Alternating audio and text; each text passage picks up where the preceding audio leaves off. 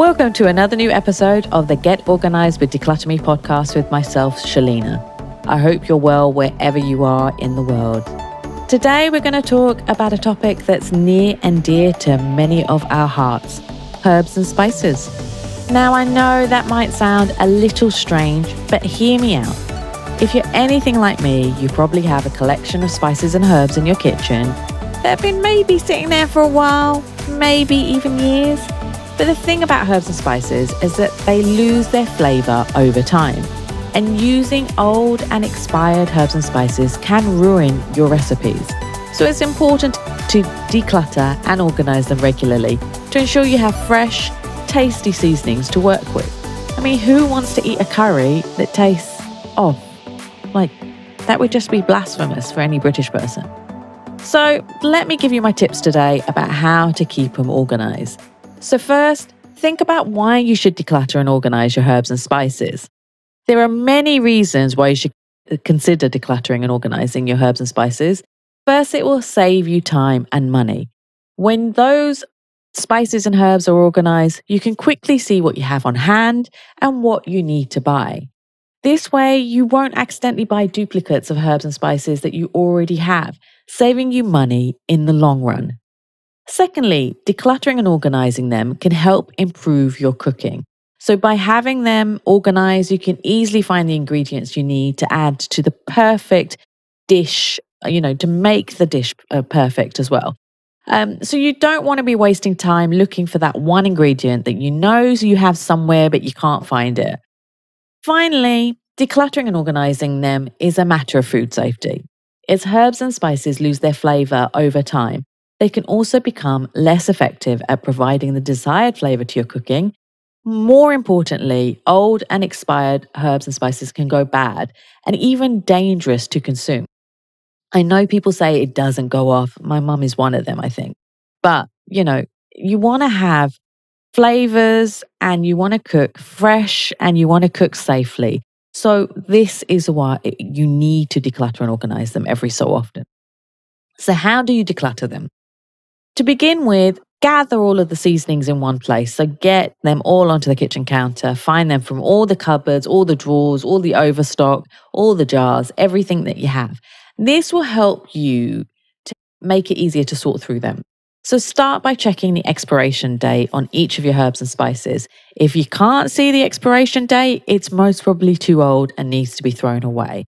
You need to let it go. I mean, I know people say they can last for years, but just let it go. Let's start afresh.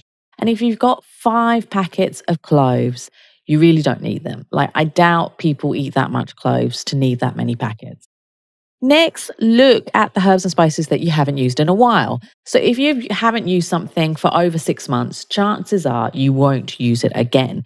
So it's time to get rid of it.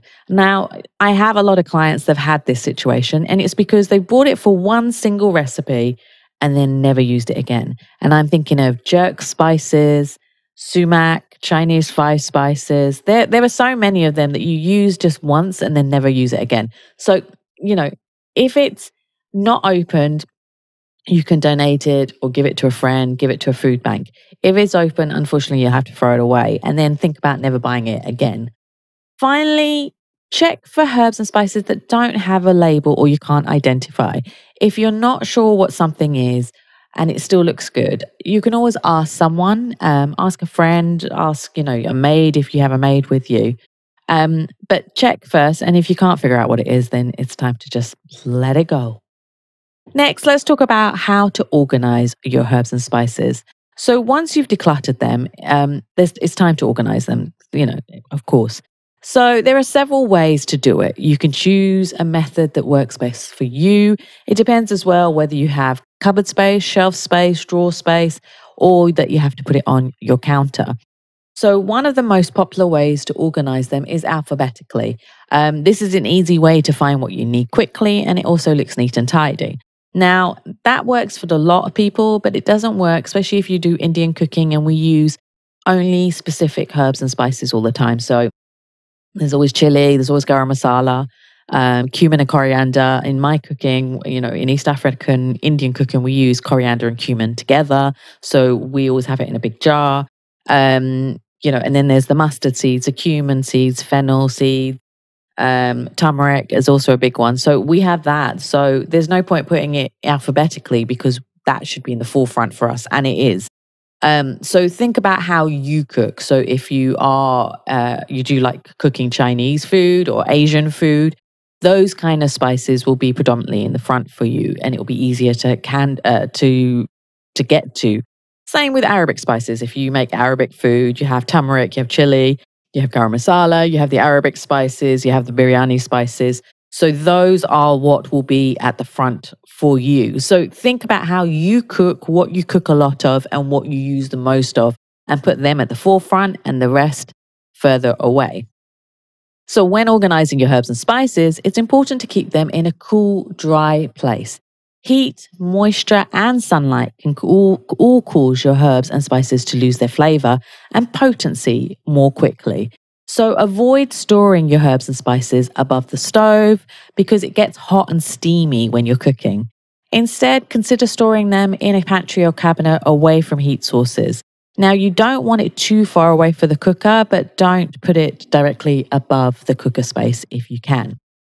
Now, for storing, I use an Indian dabba for my Indian spices, a big jar for the spices that I use often, such as the coriander and cumin mix.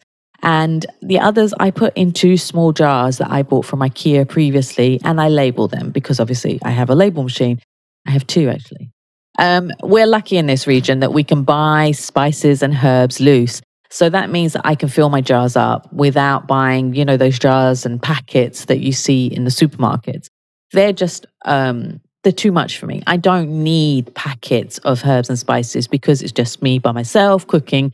I know what I need a lot of, and I know that it's very easy to go to the supermarket to buy them loose or to buy packets if I do buy in packets. So see how you can get the herbs and spices. If you live in an area where you can get it loose, buy it loose so that you can fill it into the jar. And, it means that you can just buy what you need. You don't need to buy loads. You don't need to buy packets. And especially for one of the, when you have a recipe that requires a specific ingredient, if you can get that loose, that is perfect because you can get like 2 tablespoons. If it asks for 1 tablespoon in the recipe, get 2 tablespoons, put it in the bag, bring it home, cook, and then you never have to worry ever again about the freshness of these herbs and spices. So think about what is best for you, what you cook, and what you need for storage. I will share my favorite jars and like my Indian dabba in the blog. So if you go to my website at www.declutterme.com, you can see what I like. I'm also going to be sharing it on social media as well. So check them out. And of course, there are various types of jars and spices, for herbs and spices that you can buy online as well. So find what works for you. And just have a good time cooking with all of these herbs and spices as well. So I hope you found this guide helpful. And by taking the time to declutter and organize your herbs and spices, you'll save time. And also you have a really flavorful meals with these fresh herbs and spices, and your curries will taste amazing. So thanks as always for listening to the Get Organised with Decluttr Me podcast. If you'd like to get some more tips and advice, please follow us on social media on Instagram, Twitter, Facebook at DECLUTTRME. And if you don't want to miss the next weekly episode, you can subscribe to the Decluttr Me podcast on Apple Podcasts, Spotify, and Garmi, and your favorite podcast player out there. And I'm also on YouTube. And it will pop into your notifications if you follow on YouTube. So thank you again for listening, and I'll see you next time. Take care. Bye.